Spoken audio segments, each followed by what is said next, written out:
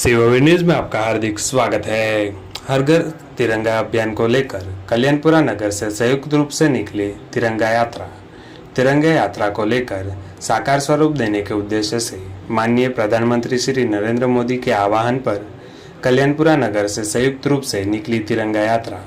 नगर की high school से प्रारंभिक तिरंगा यात्रा सभी विभागों के अधिकारियों की उपस्थिति में मंडल अध्यक्ष भरत सिंह राठौड़, थाना प्रभारी निर्भय सिंह भूरिया, जिला पंचायत सदस्य रामपाल चौहान, ग्राम पंचायत कल्याणपुरा सरपंच महोदय श्रीमती लीला नीनामा, सरपंच महामंत्री Prakash ji Rathore, DMO doctor Katra, school के प्राचार्य परमानंद कोचरा जी, राजस्व विभाग के पटवारी नानूराम की, महिला बाल विकास के कर्मचारी एवं सभी जनप्रतिनिधि उपस्थित रहे।